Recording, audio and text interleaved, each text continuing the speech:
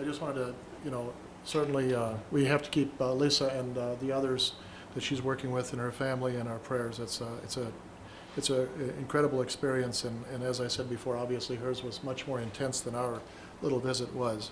In terms of the response that LCMS World Relief and Human Care is putting into practice right now, or into place, is that we're going to continue to send supplies of food and water and medical supplies in through the border overland down to Port-au-Prince, and then also probably by boat. I don't know if they've actually done any of that yet, but Pastor Markey, and same could be true in Lakai, indicated that it'd actually be much easier to go from like the Dominican Republic by boat and to carry supplies in that way, so that's being investigated.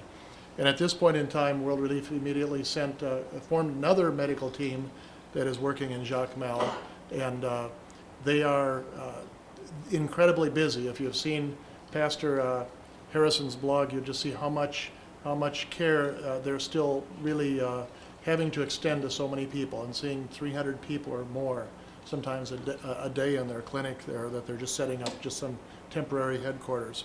So there's still a lot of catastrophe really going on there, and we don't, it's going to be a long time. It's going to be a long time solution. I think one thing I wanted to mention in terms of our connection with Haiti is also, some of you probably know that Professor Marquardt was also very instrumental. So a lot of the training that has taken place there among our pastors was actually done by Marquardt, and there's been others of our faculty that have been there and visited and taught as well. But Professor Marquardt, I remember one time when we went to talk to the president of the synod about a fellowship arrangement officially with the ELCH, said that his visits to Haiti had changed his life. I'm thankful. And what Pastor Thomas said, I was standing there. Some of you maybe have seen the video on YouTube somebody posted I actually took it. I'm asking Pastor Tomas, why did this happen? What do people in Haiti say? Why did this happen? And he gives a response. And I was telling Pastor Harrison about it, and he said, that's such a Marquardt answer. And but as I was talking to Thomas up there, I said I misspoke, and I referred to another gentleman, and I referred to him as Pastor Israel. Pastor Israel died a few years ago, and I said, "Oh, Tomas, I'm so sorry I said that." And he said, "No," he said, "that's okay. I do the same thing. I've been doing the same thing, and I'm only thankful that he's not here to see this, because it would have just been too hard for him." And I think maybe the same could be true of Professor Marquardt. This would have been really, really incredible for him to have to live through this and see this. I don't know. Maybe we should take a few questions if anybody has any questions. And I think also that Dr. Quill had wanted to take a few minutes to talk a little bit about the trip to Haiti, the mission trip that is being planned for Haiti. But we maybe can take a couple of questions, and for Alyssa or for myself. Yeah, Joe. What's been the international response overall there in Haiti? Well, I think in many ways it's been good, but I think in many ways my feeling, and I was only there a couple of days, was that it was not really adequate. It was somewhat inadequate. We saw the U.S. military. When I was in Jacmel, 2 C-130s came over and were landing. There still seems to be a lot of problems with distribution, and so there's I think stuff piling up in certain places, but it's just not getting out. Out in the street, you just don't see it that much. If you do run across a place, and oftentimes it's a church or some other kind of entity like that that is passing out supplies through their front gate, the people are just lined up all over the place, just trying to get there. I don't know if you want to say anything more than that. International response has been, we've had the same thing. We are getting some supplies in. I know in Lakai we have groups flying in 10 to 20 planes into Lakai a day. There was one particular group that I'd like to mention, the Bahama Methodist Habitat. My daughter, Kirsten, started having seizure-like activities last Wednesday. That's why we came home. After the third one, we said we needed to get her home and tested. Obviously, we don't have the equipment there. And this group was flying in supplies and flew us out for free and got us out of there.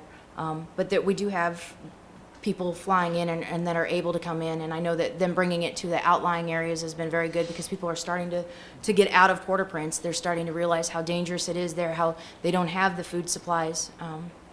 I know that I've heard issues with money being spent by some groups on, you know, half their monies that they've earned they use on gas, and people are appalled by that. But we have huge shortages. I mean, prices have skyrocketed, and when it comes to gas, we get all our gas from Port-au-Prince. So I keep hearing stories. It aggravates me because I think you don't know what's going on down there. You know, we have to get our gas off the black market sometimes, and if you want any gas. We have groups that come in, and this is an issue that I have, a big issue that we have. We have groups that are coming in, and they really have the best of intentions, and they really want to help, but they show up and say, where's the nearest hospital? God sent us, we need to help. And you're like, okay, but what can you do? Well, if right now, if you're not medical, I don't know that we should be having people come in. We do need counseling, we do need spiritual care, certainly, but I've been telling people, if you're gonna go to Haiti, certainly make sure you have a medical person with you, and make sure you bring your own food and water supplies, because we're already depleted on those supplies, and people are coming in expecting to be fed, sheltered, and have water. This is happening a lot right now, so people need to think before they they make these trips. Yeah, definitely. And I think, if there are people who speak French or something like that, I mean, that would be really helpful. I think there could probably be a place for someone like that could do like they were doing. And I know that Creole is the language, but French would be better than English, certainly. And you could go and actually comfort people and sit with people and be with people at the hospitals and talk to them and encourage them with the Word of God.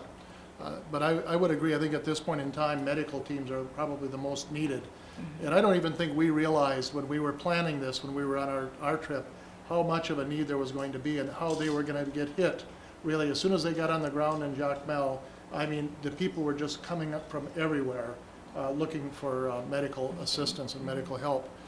The emotional side of things is very traumatic. At this hospital border, this hospital at the border in Himani, there's this Baptist hospital I was telling you about, and this aftershock occurred. This was a week and a half after the earthquake, and the patients started screaming.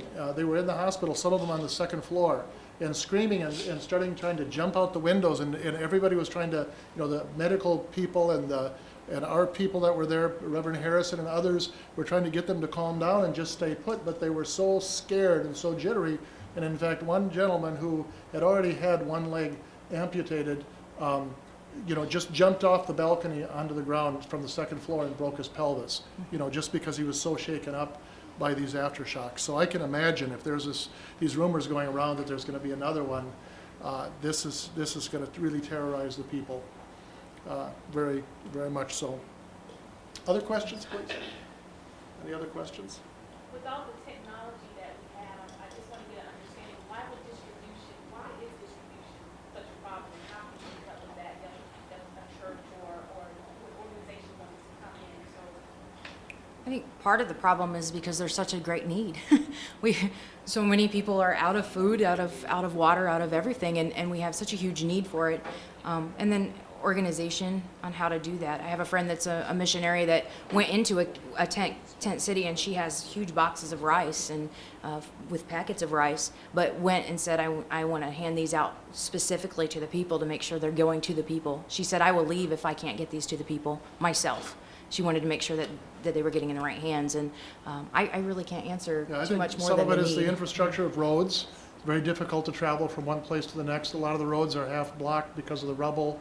Things like that, I think, are probably part of it as well. And then also just getting it in a place where you can, in an orderly fashion, distribute it to people, I think, has been a problem or an issue.